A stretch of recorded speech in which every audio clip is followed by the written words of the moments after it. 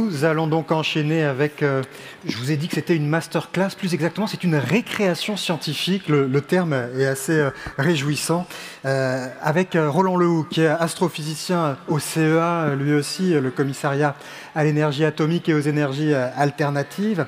Peut-être vous avez peut-être déjà lu des livres de Roland Lehoucq.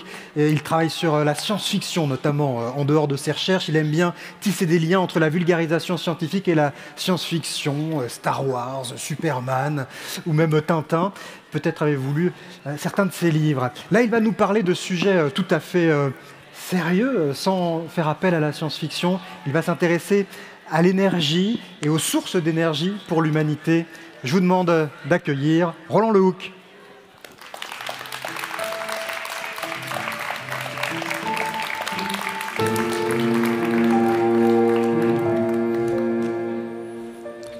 Bonjour à toutes et à tous. Alors, effectivement, aujourd'hui, une intervention qui s'intitule « Énergie et humanité », c'est pour réaliser en fait à quel point, là on le réalise en ce moment très concrètement, mais de manière plus générale, l'énergie est une donnée absolument fondamentale pour l'humanité, et du coup d'en parler comme un physicien, c'est-à-dire de décider, de discuter de ce qu'est l'énergie en physique.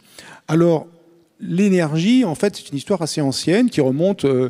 alors on ne voit pas ma petite planche, mais ça va sûrement arriver. Une histoire assez ancienne qui remonte, on va dire, à la domestication du feu, il y a environ 400 000 ans. On peut retracer aussi l'histoire d'autres éléments qui ont permis à l'humanité d'agir plus efficacement sur son environnement, alors en cuisant sa nourriture par exemple, en se protégeant, comme on dit, des bêtes féroces, mais la traction animale a aussi été bien utile, parce qu'un bœuf ou un cheval, c'est quand même plus fort, plus puissant, sans qu'on sache trop bien dire la différence éventuellement si on n'est pas physicien, entre force et puissance. Mais avec un animal, on sent qu'on va faire plus de choses. Il va bosser pour vous, d'une certaine façon. La même chose avec les moulins à vent qui remontent à la Perse, il y a environ 700 ans avant notre ère. Les moulins hydrauliques aussi, dont on a des traces attestées un siècle avant notre ère en Europe. Peut-être c'est plus ancien, mais là je parle de traces dont on est sûr du point de vue archéologique.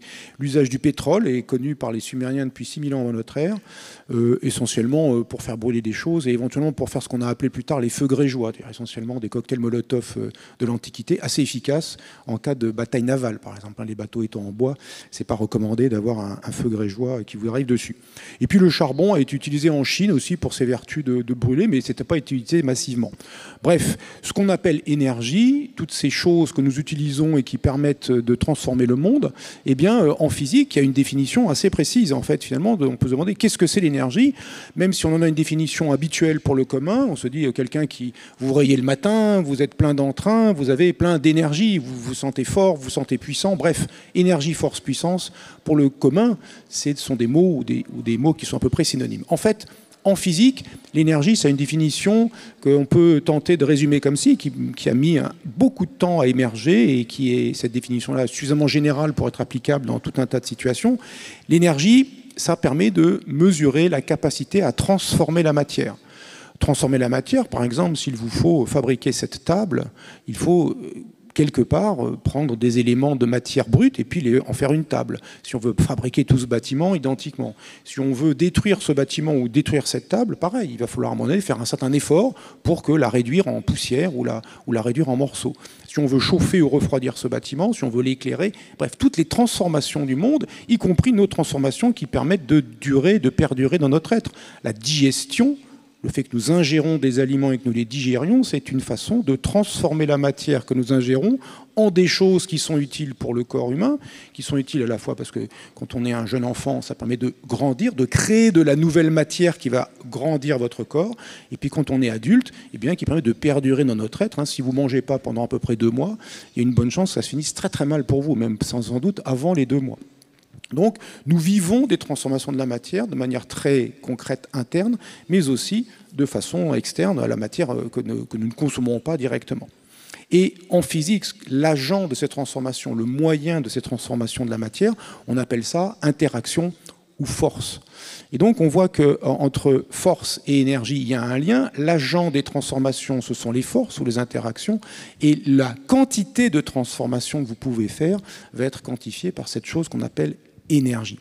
Donc l'énergie, ce n'est pas une chose en soi, ce n'est pas quelque chose comme la masse d'une particule, ce n'est pas contenu dans la matière, ça résulte de la transformation de la matière, soit de transformation de la matière pour faire de la matière. Donc vous prenez un morceau de bois, vous le coupez, ça fait une table, vous faites quelque chose, mais il a fallu effectivement exercer, disons, une force, taper dessus avec une hache ou le racler avec un ciseau à bois ou faire quelque chose. Il a fallu transformer cette matière pour la matière qui a nécessité une certaine quantité d'énergie, ou au contraire, cette matière, encore ce même morceau de bois, vous pouvez faire une combustion, et il va brûler, et il va dégager de la chaleur, il va se transformer en autre chose, qui n'est pas une table, qui est des cendres, et un dégagement d'autres gaz, plus une chaleur que vous allez pouvoir utiliser pour cuire vos aliments ou simplement vous réchauffer. Donc l'énergie, c'est vraiment une propriété de la matière en interaction. Alors, où est-ce qu'elle intervient? Je l'ai déjà un peu évoqué. Dès qu'on fait des modifications de température, on chauffe ou on refroidit. Dès qu'on fait des modifications de vitesse, on était au repos, on est en mouvement. On est en mouvement, on arrive au repos. Ça implique aussi une certaine quantité d'énergie qui sera nécessaire d'être soit donnée au système, soit d'être pris au système pour qu'il puisse bouger, se déplacer, ralentir, accélérer. Dès qu'on change de forme, le simple fait que je déplace mon bras comme ça met en jeu une certaine quantité d'énergie. Pareillement, si on a une pelle mécanique qui se déplace ou une presse hydraulique. Quand il y a des modifications de luminosité, le fait que la lumière est une forme d'énergie, un moyen de transporter cette énergie, et donc produire, comme on dit, de la lumière, il faut mettre en jeu une quantité d'énergie. Des modifications de position, que ce soit dans un champ électrique, on appelle ça un moteur électrique, dans un champ magnétique, ça peut être par exemple des enceintes acoustiques, ou dans un champ de pesanteur, c'est l'eau qui coule spontanément du sommet des montagnes et qui, coulant dans des tuyaux par exemple, qu'on appelle conduite forcée, arrive en bas et met en mouvement une machine qui va ensuite transformer cette rotation en électricité. C'est aussi des modifications de structures chimiques, par exemple, ça s'appelle des réactions chimiques, par exemple des combustions, et aussi des modifications de structures nucléaires, on appelle ça l'énergie nucléaire, qu'on utilise dans nos centrales, qu'on appelle fission nucléaire. Donc l'énergie, ça mesure la capacité à faire des transformations. Beaucoup d'énergie, beaucoup de transformations, pas beaucoup d'énergie, pas beaucoup de transformations. Voici la façon dont a évolué la quantité d'énergie dont dispose l'humanité depuis à peu près 1800 et ventilée selon différentes sources. Il y a très longtemps, essentiellement la biomasse, le bois, et maintenant, variété de différentes choses dont à peu près 80% sont ce qu'on appelle les énergies fossiles. Le pétrole, le charbon et le gaz fossile. Le reste, les 20% étant tout le reste. L'énergie qu'on appelle l'énergie nucléaire, l'éolien, le solaire, etc. Tout ça, ça ne rentre que 20%. Donc vous voyez que la considérable augmentation de notre capacité à agir sur le monde, puisqu'encore une fois l'énergie, c'est ça que ça mesure, elle provient de la superposition, de l'addition de tout un tas de moyens de transformer la matière, essentiellement par combustion de fossiles, qu'on appelle sources fossiles. Le gaz, le pétrole et le charbon. Et vous voyez que l'augmentation est tout à fait vertigineuse. Depuis 1800, l'humanité dans son ensemble consomme à peu près un peu plus de 30 fois plus d'énergie. Donc elle peut agir 30 fois plus sur son environnement. Et quand vous savez que vous pouvez faire 30 fois plus de choses et vous vous demandez pourquoi c'est le bazar autour de vous, vous dites bah oui, je fais 30 fois plus de trucs. Chaque année, 30 fois plus. Enfin pas chaque année, parce que l'année d'avant c'était un petit peu moins. Et puis il y a longtemps c'était pas beaucoup, mais déjà mesurable. Et donc ça c'est dû à deux effets. Le premier c'est qu'il y a plus d'humains, donc il y a forcément plus de transformation parce qu'il y a plus d'humains qui agissent. Et puis chaque humain dispose en moyenne de plus d'énergie. Et donc le produit de ces deux choses-là fait qu'on consomme à peu près 30 fois plus d'énergie maintenant qu'il y a 2 siècles. Alors une autre quantité importante, on a parlé du rapport qu'il y avait entre énergie et force. L'énergie, ça mesure la quantité de transformation. La force, c'est l'agent de ces transformations. Il y a aussi une chose qui est intéressante, c'est le débit d'énergie, le rythme auquel vont se faire ces transformations, qu'on pourrait appeler aussi le débit d'énergie et qu'on appelle en physique la puissance. Et elle s'exprime dans une unité que vous connaissez certainement qui s'appelle le watt. Et donc, cette puissance, c'est le débit d'énergie, ça va mesurer le rythme des transformations. Donc à la fois, la quantité d'énergie va dire la quantité de transformation que vous allez pouvoir faire, mais le rythme de ces transformations, seront-elles rapides, seront-elles lentes? Eh bien, elle va être déterminée par la puissance dont vous disposez.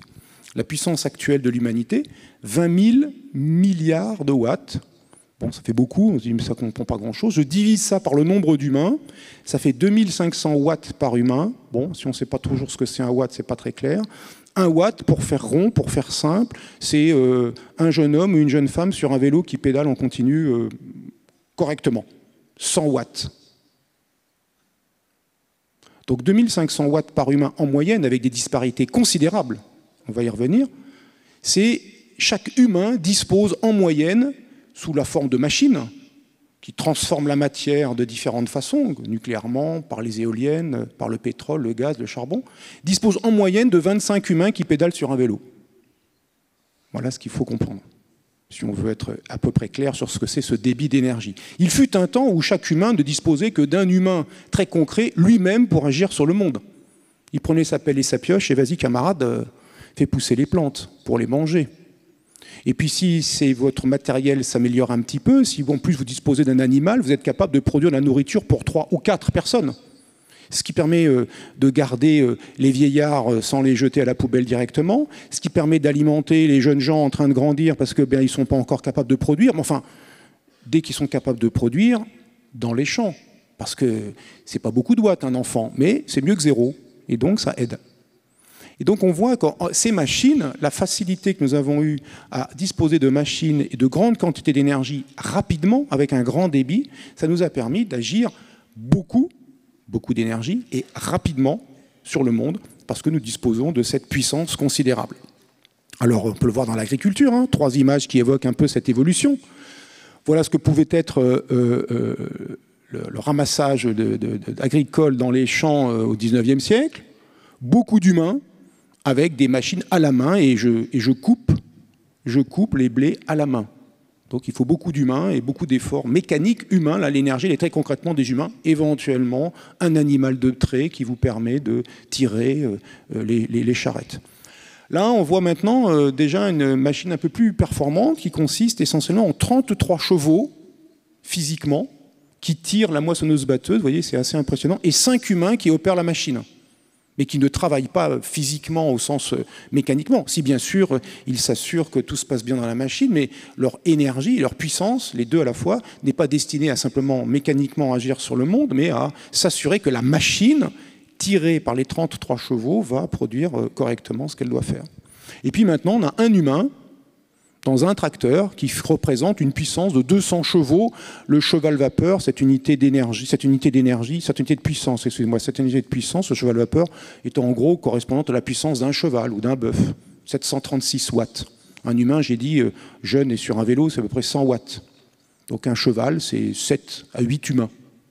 Donc quand vous avez 33 chevaux, là, ils ne sont pas tous 100% efficaces comme votre moteur. Vous voyez, là, vous en avez 200 des chevaux qui sont dans ce moteur. Après, demandez-vous pourquoi il y a de moins en moins de gens qui travaillent dans l'agriculture dans des pays occidentaux.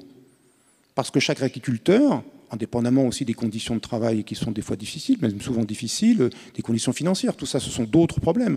Mais la réalité, c'est qu'un humain, avec une machine, produit comme 200 humains, quoi, en gros.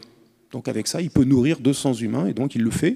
Et ça fait que nous pouvons, par exemple, assister à des conférences, pendant que d'autres produisent de la nourriture qui va nous régaler à midi. Et donc cette capacité à avoir des machines qui agissent sur le monde permet de libérer du temps à d'autres pour faire des choses que sinon, on ne serait pas là en train d'en discuter, on serait dans les champs en train de produire la nourriture qui nous permettra de perdurer dans notre être. Dans les transports, évidemment, aussi, ça a été absolument sensible. On passe de la marche à pied. Alors ça, c'est pas une image très ancienne que j'ai mise ici, mais enfin, l'idée qu'on peut se déplacer en marchant, et puis en vélo, et puis en cheval de trait, et puis en moto. Alors là, c'est déjà un moteur avec une transformation en voiture, en train, en avion. Et donc, les distances parcourues au XIXe siècle, la distance parcourue par un humain français en moyenne par jour, c'était 3 km et c'était à pied. Maintenant, un humain moderne en France, en moyenne par jour, parcourt 35 km et c'est essentiellement en voiture. Un peu à pied, un peu en avion, un peu en train, des petites choses, mais essentiellement en voiture. Et donc cette facilité dans le déplacement des transports, ces nouveaux déplacements, ces distances plus importantes parcourues, elles résultent exclusivement du fait que nous disposons de plus grandes quantités d'énergie et d'une plus grande puissance, et c'est sous forme de machines qui sont nourries, on l'a dit tout à l'heure, à 80% par ces combustibles fossiles. Alors on peut même faire quelque chose de plus général. Sur ce diagramme est représenté 2 choses. Verticalement, d'abord horizontalement, la puissance disponible, exprimée en kilowatts, c'est-à-dire en milliers de watts. Donc quand il y a écrit par exemple 12, ça veut dire 12 000 watts. Je rappelle, 100 watts en chiffre rond, c'est un jeune humain, jeune, c'est-à-dire une vingtaine d'années, en bonne santé, qu'on met sur un vélo, c'est à peu près sûr qu'il sort 100 watts et on peut le faire pédaler 8 heures. Si c'est moi, je dois pouvoir faire 100 watts sans aucun problème, mais ça ne sera sûrement pas 8 heures. Si c'est un nourrisson, vous imaginez bien que ça sera 0 watts pour le coup. Donc, c'est 12 000 watts. Verticalement est représenté ce qu'on appelle l'indice de développement humain, qui est un agrégat qui vient de l'ONU, un indice qui mesure 3 choses, hein, qui représente simultanément 3 choses, l'espérance de vie à la naissance, la durée moyenne de scolarisation et le niveau de vie. Niveau de vie mesuré par le PIB par habitant, qui serait un indice à discuter, mais il y a quelque chose, cet indice, qui vaut entre 0 et 1. 0, c'est l'enfer, et 1, c'est le paradis, selon cet indice. Et donc, quand vous avez bas, les pays qui sont en orange, c'est pas terrible. Les pays qui sont en jaune, c'est un peu mieux. Les pays qui sont en vert, c'est pas mal. Et les pays en bleu, c'est franchement tranquille. Et puis, vous regardez horizontalement comment se distribue cet indice de développement humain en fonction de la puissance disponible par habitant. Et si vous vous dites, assez naturellement, ça c'est un raisonnement de physicien, vous vous dites, puisque l'énergie et le rythme de consommation d'énergie, donc la puissance, est une façon d'agir sur le monde et du rythme d'action sur le monde, plus j'ai d'énergie et de puissance, plus je peux faire de choses autour de moi, et en particulier me nourrir, me déplacer, des systèmes de soins qui fonctionnent, etc., me chauffer, m'éclairer, etc. Donc vous avez tendance à penser que votre qualité de vie, par exemple mesurée par l'indice de développement humain, sera d'autant plus élevée que vous disposerez de beaucoup de puissance. Et c'est exactement ce que l'on constate. On voit bien que les pays qui ont l'indice de développement humain le plus bas sont aussi ceux qui disposent par humain de la moins grande puissance. Mais on constate aussi une chose, c'est qu'il y a des indices de développement humain qui sont comparables, à la même hauteur, mais qui ont des énergies ou des puissances disponibles très différentes. Alors nommons quelques pays.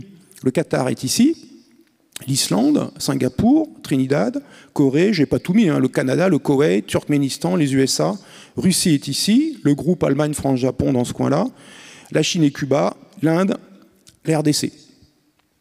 Alors ça montre déjà qu'effectivement en RDC ça va pas bien, on le sait par plein de nouvelles qui affligent ce pays, mais ça va pas bien du côté physique, si j'ose dire, vu par la physique, parce qu'il n'y a pas beaucoup de watts par humain en RDC. Et ça n'aide pas.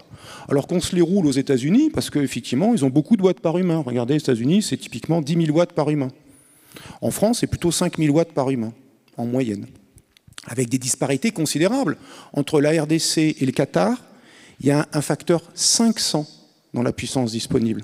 Au Qatar, on a typiquement par Qatari, les Qataris officiels, hein, pas tous les travailleurs émigrés qui viennent et qui galèrent dans ce brave pays, presque 24 000 watts par humain, 240 humains mécaniques par humain. En RDC, on a un demi-humain mécanique par humain en moyenne. Donc vous comprenez tout de suite qu'il va y avoir des différences considérables dans le rythme des transformations qui va se passer au Qatar ou en RDC, et dans l'ampleur de ces transformations. Et donc, le niveau de vie, finalement, se mesure assez bien par la puissance dont vous disposez, qui mesure physiquement, très concrètement dans la physique, le rythme et la qualité des transformations. Alors on voit qu'il y a une zone qu'on pourrait appeler une zone de nécessité, où clairement, plus on a de watts par humain, meilleur on est, et la courbe croît relativement vite. Il y a une zone qu'on pourrait appeler de confort, où quand on a un peu plus de watts, on est un peu mieux, mais pas tellement mieux, mais un peu mieux. Et puis il y a une zone qu'on pourrait appeler franchement de gaspillage, où on a beaucoup plus de watts et on n'est pas franchement mieux. Bon, il y a des pays comme l'Islande, il faut reconnaître, il fait un peu frais. Bon, donc ils utilisent beaucoup de watts pour se chauffer, on ne peut pas leur enlever ça. Par ailleurs, les watts qu'ils utilisent, ils viennent essentiellement du volcan sur lequel ils sont assis. Donc bon, ils ont un vrai risque là du coup. Ils se chauffent facilement, mais il ne faut pas que la nature s'énerve trop, sinon les watts, ils vont sauter avec. Bref, au final, on voit que dans ce diagramme, on se fait tout de suite une idée qu'il y a des disparités absolument considérables et qu'il serait peut-être souhaitable que la zone gaspillage soit tirée vers la gauche, de sorte que l'on fasse un effort, alors c'est très à la mode, en ce moment de sobriété, qu'on utilise moins d'énergie et moins de puissance, tout en conservant un niveau de vie raisonnable, ce qui est parfaitement jouable. Il y a des pays qui sont dans une zone à quelques kilowatts par habitant, quelques dizaines d'humains mécaniques par humain, pour faire un niveau de vie qui reste malgré tout acceptable, quoique différent de celui que nous vivons ici en France. Alors on peut aussi comparer l'humanité d'une autre façon en faisant ce qu'on appelle des ordres de grandeur, en comparant des quantités d'énergie mises en jeu dans un certain nombre de transformations, qu'elles soient d'origine humaine ou d'origine naturelle, et réaliser que l'humanité, de réaliser ainsi l'énormité de l'énergie dont dispose l'humanité. Alors voilà ce que c'est. Ça c'est alors horizontalement, excusez-moi, j'ai pas dit, c'est gradué en joules, une unité d'énergie, ce qu'il faut réaliser que ce sera la même unité tout le temps. Et quand il y a marqué 9, ça veut dire 10 à la puissance 9, 1 milliard. Quand il y a marqué 10, ça veut dire 10 à la puissance 10, ça veut dire 10 milliards. Quand il y a marqué 11, il y a marqué 10 à la puissance 11, 100 milliards. Et quand il y a marqué 27 là-bas, il y avait dire 1 milliard, 2 milliards, 2 milliards. 10 à la puissance 27. Donc ça va extrêmement vite du point de vue du total énergétique. 60 litres d'essence, c'est ici. Donc c'est un réservoir de voiture un peu grosse. Voilà un foudre. Voilà ce que c'est quand la foudre frappe. Qu'est-ce que ça fait comme énergie? J'ai mis en rouge les humains et en noir les phénomènes naturels. Ça, un appartement basse consommation, c'est 1 an de consommation d'énergie. Pour un appartement très chic, basse consommation. La plupart des appartements en France ne sont pas basse consommation, nécessitent des rénovations énergétiques massives pour être de cette qualité-là. L'énergie chimique dans une tornade, l'énergie cinétique, l'énergie de mouvement dans une tornade. Voilà ce que consomme en 24 heures un yacht Predator. Vous n'en avez pas, vous, hein, évidemment. 24 heures. Vous voyez, c'est pas mal. C'est-à-dire que ça consomme, vous voyez, ça consomme plus que 10 fois la consommation totale d'un appartement basse consommation pendant 1 an. Mais ça le fait en 24 heures. Faut-il garder ce genre d'engin? Voilà une question qui est intéressante. L'explosion à Beyrouth qui a frappé durement le Liban en août 2020, voilà ce que c'était l'énergie. D'ailleurs, ça se compare à ce qui est contenu dans un réservoir d'Airbus. Et oui, c'est normal, c'était à peu près 1 kilotonne de TNT, l'équivalent de cette explosion de Beyrouth, 1 kilotonne de chimie. Hiroshima, 15 000 tonnes de chimie. Ce qui est stockable dans la STEP, dans la station de transfert d'énergie par pompage de Grand Maison, la plus grande façon de stocker de l'énergie en France, en pompant, grâce à de l'électricité, en pompant de l'eau, en la montant au sommet d'une montagne, je caricature un peu, et puis une fois qu'elle est là-haut, elle ne bouge plus, mais en ouvrant la vanne, elle redescend et on récupère l'énergie hydraulique ainsi stockée sous forme d'eau là-haut. Voilà le plus grand stockage en France. Voilà un séisme au Mexique, magnitude 7.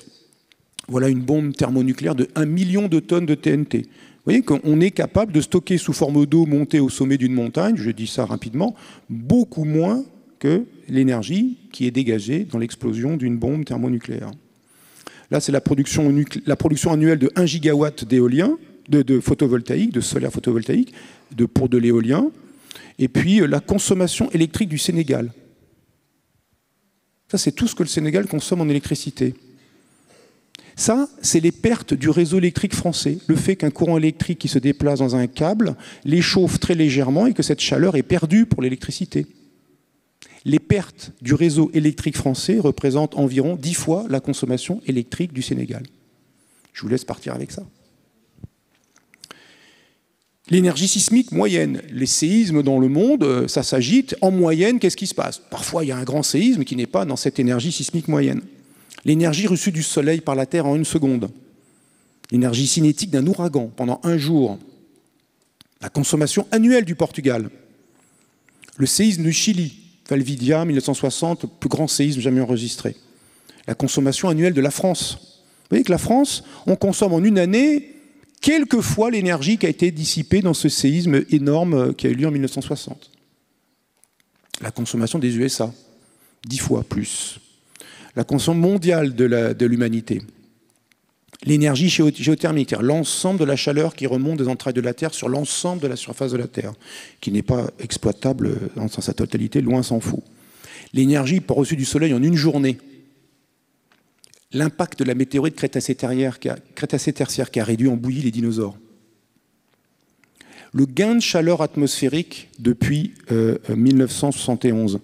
Le fait que notre planète se réchauffe, la chaleur qui a été accumulée dans l'atmosphère depuis 50 ans environ correspond à une énergie qui est un peu supérieure à l'impact de la météorite Crétacé-Tertiaire. Demandez-vous pourquoi c'est le bazar sur cette planète. Sauf que cette météorite est arrivée d'un coup, beaucoup d'énergie en pas beaucoup de temps, une gigantesque puissance, alors que cette énergie dont nous parlons, elle n'arrive pas d'un coup, elle est arrivée en 50 ans, elle est équivalente, en gros, le point est proche, ça veut dire presque équivalent, c'est arrivé en 50 ans, plus lentement. Mais si la vitesse n'a pas été la même, la quantité de transformation a été comparable d'une certaine façon. La quantité de transformation, pas forcément de même nature, mais en quantité est comparable. Donc c'est normal que l'humanité agisse sur l'ensemble de sa planète. C'est normal qu'il y ait des conséquences à l'ensemble de la planète. Nous disposons d'une énergie qui est comparable à l'ensemble. Nous avons mis dans l'atmosphère une énergie comparable à l'ensemble de ce qui a été dégagé par l'impact de cette météorite qui a réduit à néant le règne, si j'ose dire, des dinosaures. Un an du Soleil reçu sur Terre. et 1 seconde de l'ensemble du Soleil. Une partie seulement, 1 milliardième seulement arrive sur Terre. Voilà, donc pour vous dire que l'humanité est une force tellurique, il est normal que nous ayons des problèmes, si j'ose dire, puisque nous disposons d'une très grande quantité d'énergie. Nous en disposons aussi à un rythme assez soutenu, quoique plus faible que certains événements telluriques, certains événements naturels, au sens on a une puissance plus faible que certains de ces événements, mais la puissance dont nous disposons, c'est 20 000 milliards de watts, c'est pas tout à fait négligeable. Elle est répartie de façon extraordinairement pas homogène. Il y a des humains qui disposent de l'équivalent d'un demi-humain mécanique par humain, ou quand d'autres disposent de 240 humains mécaniques par humain, nous-mêmes ayant en moyenne en France l'équivalent d'une 50aine. Pour vous donner une idée, aussi une voiture, hein, la puissance d'une voiture typique, c'est 100 kW. 100 kW, c'est 1000 jeunes qui pédalent. Vous prenez 1000 jeunes, là, j'en vois. Vous montez sur un vélo, vous n'êtes pas 1000. Hein. Et on vous met tous sur un vélo et vous tirez la voiture, hein, mais vous n'irez pas à 130 sur l'autoroute. Hein. Pour 130 sur l'autoroute, il faudrait que vous soyez 1000. Et puis si le conducteur il n'est pas content que ça avance pas, voilà ce que ça veut dire. Donc il faut réaliser ça, peut-être se pénétrer de ces ordres de grandeur, peut-être par cette comparaison d'humains mécaniques, hein, d'équivalent machine d'humains qui pédalent, pour se dire que finalement, levez le pied. Hein. Parce que si c'était des vrais humains qui pédalent, vous n'oseriez plus, on n'oserait plus. Il fut un temps, par exemple à l'époque antique, dans la Rome antique, pendant l'Empire, où un patricien romain qui avait belle vie disposait de 80 à 100 esclaves humains, concrets, pas mécaniques, des vrais humains. 80 à 100 humains mécaniques, ça vous donne à peu près la puissance disponible dans le monde occidental. On a tous, en moyenne, avec des disparités considérables entre, en France, ne serait-ce qu'en France, les plus pauvres et les plus riches, et à l'échelle du monde, entre la France en moyenne et les pays les plus pauvres, nous avons tous, en France, un niveau de vie moyen comparable, une puissance disponible comparable à celle d'un patricien romain. Voilà l'idée qu'il faut avoir. Nous sommes assis sur une montagne d'esclaves mécaniques, on pourrait dire ça comme ça, qui sont des machines. Pour nous, c'est tout à fait appréciable, mais qui ont des conséquences. Vous le savez, je ne vais plus élaborer, j'ai déjà largement dépassé mon temps.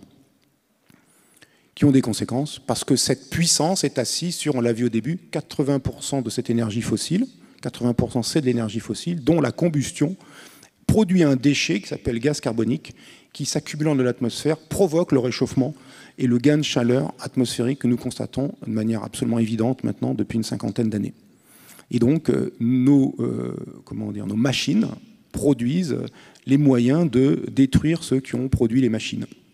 Une sorte de mise en abîme assez spectaculaire. Voilà, je vais m'arrêter ici parce que j'ai déjà été un peu long. Mon chronomètre à 0 depuis 10 minutes. Moi, je me à 26 minutes. Donc, il y a peut-être si vous avez quelques questions, on a peut-être 5 ou 10 minutes pour prendre quelques questions. Si vous en avez, j'y répondrai avec plaisir. Merci de votre attention.